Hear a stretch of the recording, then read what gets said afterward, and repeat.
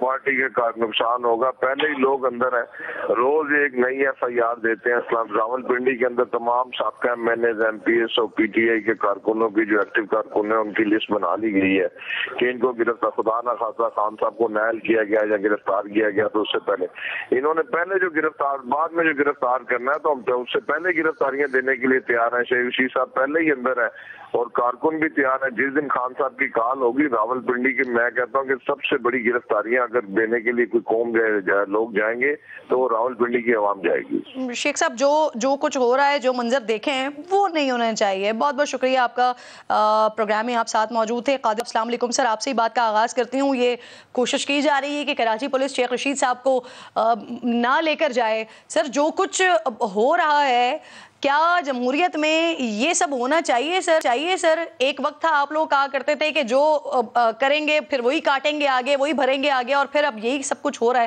سمجھتے ہیں آپ قابل مذمت عمل ہو رہا ہے سر؟ کس بات کا قابل مذمت؟ کیا شیخ رشید نے سر نہیں جو کہا کچھ آج ہوا ہے شیخ رشید صاحب کے بعد ساتھ؟ سن لے, اچھا سن لینا, آپ نے سوال کیے, جواب بھی سننے کی ہمت رکھے.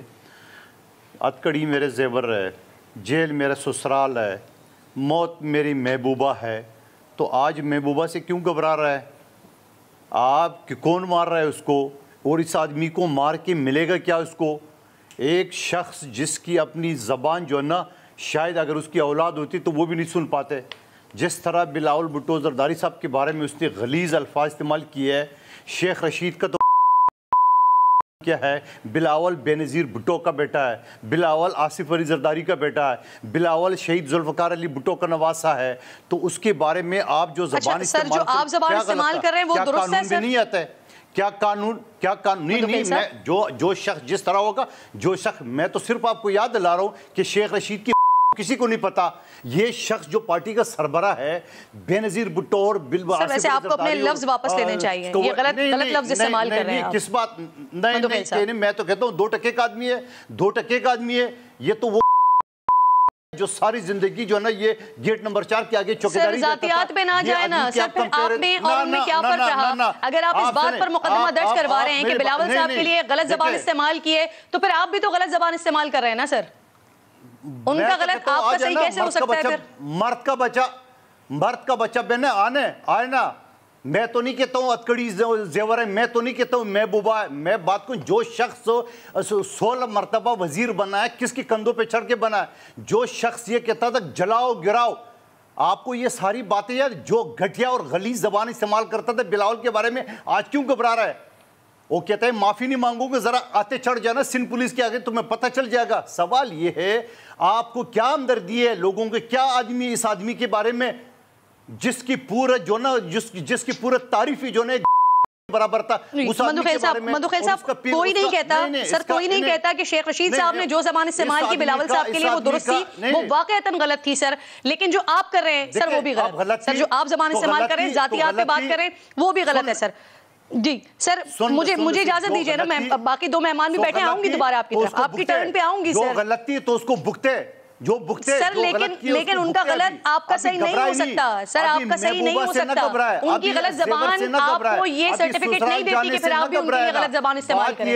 مندوخیل صاحب آتی ہوں سر, آتی ہوں آپ کی طرف. شخص کو جو شخص زبان استعمال کرتا اس کو اس کی حساب سے ہونا چاہیے. میں تو صرف انہی کی زبان میں بات کروں کہ جو شخص میرے چیئرمین کے بارے میں, بی بی شہید کے بارے میں, بھٹو صاحب کے بارے میں جو زبان یہ اور ان کا چیئرمین کہتا تھا, میں کہتا ہوں آج صبر کرے, آج کیوں گھبرا رہا ہے؟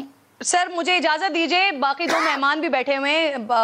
آج کل مسلم لیگ نون کے لوگ جو ہے نا, وہ کل جاوید صاحب کو دیکھ رہی تھی, میں اٹھ کے چلے گئے تھے جب زیادہ بحث بڑھ جاتی ہے تو. السلام علیکم علی گور بلوچ صاحب. سر یہ جو کچھ ہو رہا ہے جمہوریت کا, مجھے بہت اچھے طریقے سے عفنان اللہ صاحب کے والد کے وہ جملے یاد ہیں کہ آج ہم رو رہے ہیں, کل ان کے آنسو پہنچنے والا کوئی نہیں ہوگا. آپ سمجھتے ہیں حکومت آپ کی ہے, جو کچھ ہو رہا ہے یہ درست ہو رہا ہے؟ بسم اللہ الرحمن الرحیم. دیکھیں کرن, سب سے پہلے تو میں آپ کے پروگرام کی وساطت سے, چونکہ قادر بھائی بیٹھے ہیں پروگرام میں, تو ان کے والد صاحب کچھ دن پہلے وفات پا گئے ہیں. میں ان سے تعزیت کرتا ہوں. ہم اسلام آباد میں اکٹھے نہیں ہوئے, تو ان کے لیے دعا گو اللہ تعالیٰ. میرے علم میں نہیں تھا, میری طرف سے بھی تعزیت قبول کریں. جی. دوسری یہ گزارش ہے میری کہ آپ نے بالکل بجا فرمایا. دیکھیں مکافات عمل ہے، ہرگز ہم انتقام پر یقین نہیں رکھتے، ہرگز ہم جو ہیں وہ مطلب ہے کہ جھوٹے مقدمات پر یقین نہیں رکھتے. لیکن بات یہ ہے کہ جو کچھ اگر فواد چودھری صاحب کا دیکھیں تو وہ 2 سے 3 دن میرے خیال ہے انہوں نے پولیس حراست میں گزارے ہیں، اور ان کی درخواست کے مدعی ہم نہیں تھے، ہم کمپلیننٹ نہیں تھے. ان کے کمپلیننٹ جو تھے وہ الیکشن کمیشن آف پاکستان تھا.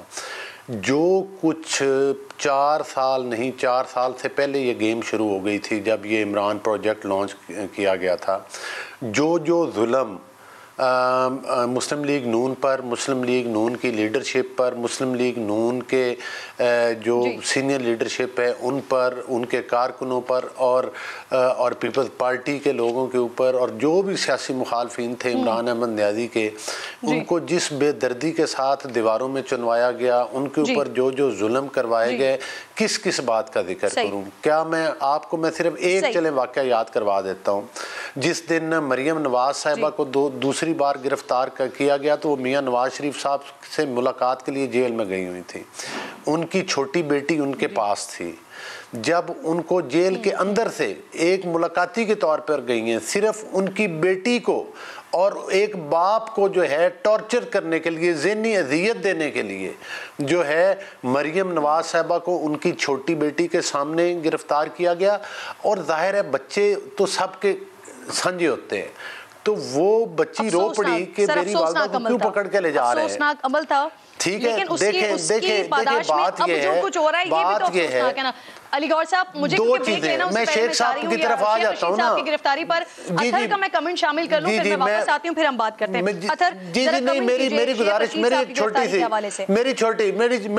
سی گزارش سنیں. جی میں دیکھیں بات یہ ہے کہ اگر تو شیخ رشید صاحب کا یہ موقف ہے کہ ان کو ٹارچر کیا گیا ہے تو فوری طور کے اوپر ان کا میڈیکل کروانا چاہیے، اور ان کے جو بھی تحفظات ظاہر ہے انہوں نے اپنے وکیل کے ذریعے پیش کیے ہوں گے، اس کا جو بھی لیگل پروسیجر ہے دے، اور اگر کوئی تشدد ہوا ہے تو اس کے اوپر کارروائی ہونی چاہیے. دوسری بات یہ ہے کہ دودھ کا دودھ پانی کا پانی ہو جائے گا. میں آپ کو جو ہے ایک مسلم لیگ نون کی نمائندگی کرتے ہوئے حکومت کا موقف ہے، یہ حکومت کے موقف کے طور پر لے رہی ہوں میں آپ کی بات کو کہ میڈیکل کروا لیں، اور اگر کچھ ثابت ہو جاتا ہے تو پھر اس پر کارروائی کی جائے گی. اطہر کمنٹ کیجئے. اور اگر شیخ رشید صاحب صرف اپنی ریٹنگ بڑھانے کے لیے جس طرح سے اپنے مخالفین کو گالیاں دیتے آئے ہیں، اگر وہ پھر مطلب ہے کہ وہ جھوٹے الزام لگا رہے ہیں تو میرا خیال ہے اس سے کچھ حاصل نہیں ہوگا. اطہر پلیز. جی دیکھیں، جس طرح آبویسلی شیخ رشید صاحب کی گرفتاری کا ذکر ہو رہا ہے، شیخ رشید صاحب کی زبان پہ اعتراض ہو رہا ہے، اور اس پہ یقیناً اعتراض کیا جا سکتا ہے. آپ کسی پہ بھی تنقید کریں تہذیب کے دائرے میں کرنی چاہیے، لیکن اگر زبان کے اوپر آپ نے مقدمے کرنے تو سب سے پہلا مقدمہ اگر کسی پہ بنتا ہے وہ تو بلاول پہ بنتا ہے. انہوں نے محترم نواز شریف صاحب کو کیا کہا تھا؟ مودی کا یار. اس کے علاوہ قادر پٹیل صاحب کس قسم کی زبان استعمال کرتے ہیں قومی اسمبلی میں، اسی طرح پی ٹی آئی کے بھی بہت سارے لوگ کرتے ہیں. دیگر جماعتوں کے طلال چودھری صاحب نے جو لاہور کے ضمنی انتخابات ہوئے تھے اس میں بلاول صاحب کے حوالے سے جو کہا تھا وہ میں یہاں پہ ذکر بھی نہیں کر سکتا، وہ ویڈیو پوری وائرل ہوئی تھی. تو یہ کہنا کہ جناب زبان کی وجہ سے نہیں، یہ بیسکلی آپ سیاسی انتقام کا نشانہ ان کو بنا رہے ہیں، اور جس طریقے سے ہتھ کڑیاں لگا کے پیش کیا جا رہا ہے، ان میں سے کسی بھی لیڈر کو ایسے کوئی دھکے پڑے تھے؟ اور حالیہ عرصے میں جو کرن گرفتاریاں ہوئی ہیں یہ کوئی مبینہ کرپشن کے کیسز میں نہیں ہوئی، یہ بولنے پہ ہوئی ہیں. اور جہاں تک فواد چودھری کا تعلق ہے، فواد چودھری 3-4 دن اور اطہر آپ کی زبان والی بات پہ مجھے یاد آیا کہ ایک کمیٹی بنی تھی پچھلے دور میں جس کے شیخ رشید صاحب ممبر تھے، اور جو زبان کا غلط استعمال تھا اس کی روک تھام کے لیے شیخ رشید صاحب اسی کمیٹی کے ممبر تھے. ایک چھوٹا سا بریک لے رہی ہوں، بریک کے بعد واپس آتی ہوں. خان صاحب نے جیل بھرو تحریک کا اعلان کیا ہے، آگے کیا ہوگا اس پر بات کریں گے.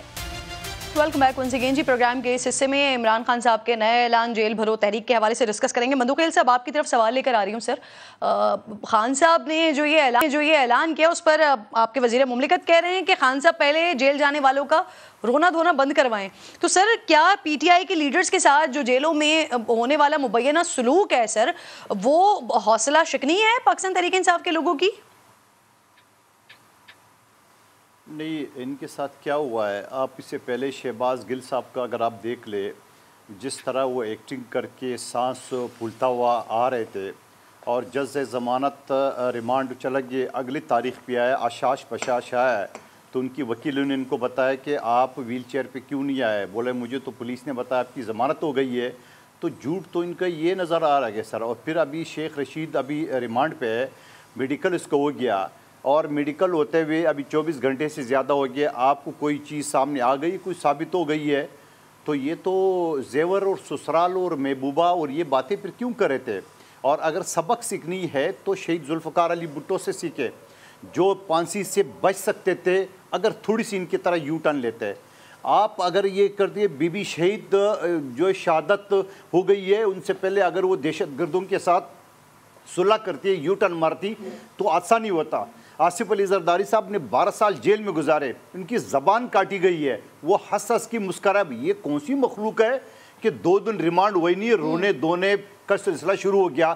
یہ لوگ جیل برو تحریک سے مانگیں گے, یہ لوگ جو ہے نا مقابلہ کریں گے. اور اگر جیل برو تحریک چلانا ہی ہے تو جو ضمانتیں لیے وہ کیوں داخل کرے؟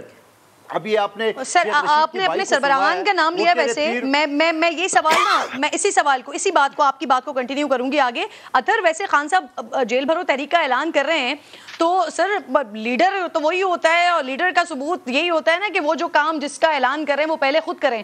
تو کیا خان صاحب پہلے جیل جائیں گے؟ دیکھیں چھوٹا سا میں کامنٹ کرنا چاہوں گا. اگر مبینہ تشدد کا الزام لگ رہے ہیں, اعظم سواتی ہو جائے, اعظم سواتی آ کے اس لیے نہیں رو رہا کہ مجھے 4 دن آپ نے جیل میں بند کر دیا. اس کو تو آپ سندھ میں, کوئٹہ میں کدھر کدھر پھراتے رہے. اس کے جو فیملی کی جو مبینہ ویڈیو بنائی گئی اور ان کو بھیجی گئی ان کی جوان بیٹی کو, وہ جو الزام ہے, کیا اس کے اوپر کوئی بھی شخص روئے گا نہیں تو ہنسے گا؟ یہ ویسے رونے کا مقام ہے کہ جس قسم کے الزامات لگ رہے ہیں اس حکومت کے اوپر, جو صحافیوں کے ساتھ ہو رہا ہے. کل جج نے اپنے فیصلے میں لکھا, غلام مرتضیٰ ورک صاحب نے عمران ریاض کے کیس میں کل اپنے فیصلے میں لکھا کہ کس طرح اس حکومت کے اداروں کا کردار ہے, کہ لاہور ہائی کورٹ تک کہتا رہا کہ آپ انفارمیشن دیں اگر اس کے اوپر کوئی کیس ہے, تو انہوں نے انفارمیشن نہیں دی. لاہور ہائی کورٹ نے کہا فہد کو ہائی کورٹ لے کے آؤ, اور آپ گاڑی میں ڈال کے اس کو اسلام آباد لے کے آگے, اور پھر یہ کہہ رہے ہیں کہ جناب وہ اس چیز پہ کوئی بھی نہیں رو رہا. جس قسم کے الزامات لگ رہے ہیں وہ بڑے سنگین نوعیت کے الزامات ہیں, اور وہ قطر بھی کسی جمہوری حکومت کے لیے درست نہیں ہے. کسی بھی جمہوری حکومت کے لیے وہ کوئی قابل فخر چیز نہیں ہے جو الزامات لگ رہے ہیں. اچھا, اب جہاں تک شہباز گل کے بارے میں بتا دے, شیخ رشید کے بارے میں بتا دے, وہ کیوں رو رہے تھے؟ میرے سوال کا جواب دینے دے نا, میرے سوال کا جواب دینے دے. خان صاحب جائیں گے پہلے؟ اب جہاں تک یہ تعلق ہے کہ جیل بھرو تحریک, دیکھیں یہ ایک سیاسی طریقہ کار ہو سکتا ہے. ماضی میں بھی پاکستان کے اندر بھی اور دنیا بھر میں اس طرح کی تحریکیں چلتی رہی ہیں. اس کا کیا بنیادی مقصد تو یہ ہے نا کہ آپ پیغام یہ دے رہے ہیں کہ آپ اس سوسائٹی میں رہ رہے ہیں, سوسائٹی اس نہج پہ پہنچ گئی ہے, یہ 13-14 جماعتوں کی جو جمہوریت ہے, کہ آپ باہر رہیں یا جیل میں رہیں ایک ہی بات ہے. تو آپ یہ پیغام دے رہے ہیں کہ جی ہم جیل چلے جائیں گے. اب اس میں جیل کون کون جائے گا, کس نے پہلے جانا ہے, یہ تو ان کی جماعت کا فیصلہ ہے. لیکن میں آپ کا انالیسس چاہ رہی ہوں. خان, آپ کو لگتا ہے خان صاحب جائیں گے جیل پہلے, سب سے پہلے؟ خان صاحب دیکھیے, آئی ڈونٹ نو کہ وہ سب سے پہلے جائیں گے یا نہیں, لیکن اس حکومت کی تو خواہش ہے کہ سب سے پہلے سے بھی پہلے خان صاحب کو جیل میں ڈالا جائے. تو کوشش تو ہوگی, اب دیکھتے ہیں وہ کب جاتے ہیں, کب یہ فیصلہ کرتے ہیں. جی علی گور بلوچ صاحب, سر ابھی راشد شفیق صاحب کو آپ سن رہے تھے, وہ کہہ رہے ہیں کہ لسٹیں بن گئی ہیں جن لوگوں کی مزید گرفتاریاں ہونی ہیں. تو سر لسٹیں وغیرہ بنائی ہیں آپ لوگوں نے تحریک انصاف کے کارکنان کی؟ دیکھیں ہم نے تو کوئی لسٹ نہیں بنائی, لیکن ایک چیز ضرور قابل ذکر ہے کہ جس طرح سے کہ ابھی کہا جا رہا ہے کہ مطلب ہے کہ وہ جیل بھرو تحریک کا اعلان کریں گے. آپ کو یاد ہوگا وہ آج بھی اگر سوشل میڈیا کے اوپر ان کی پکچر پڑی ہے, جب خان صاحب کے گھر کے اوپر ایک دفعہ ریڈ ہوا تھا, جب پہلے جس وقت میاں نواز شریف صاحب نے تحریک نجات اور وہ چلائی تھی, تو خان صاحب اپنے ہی اسی گھر کی دیوار پھلانگ کر بھاگ گئے تھے, جس گھر کے باہر انہوں نے آج کل کارکنان کا ایک حصار بنایا ہوا ہے.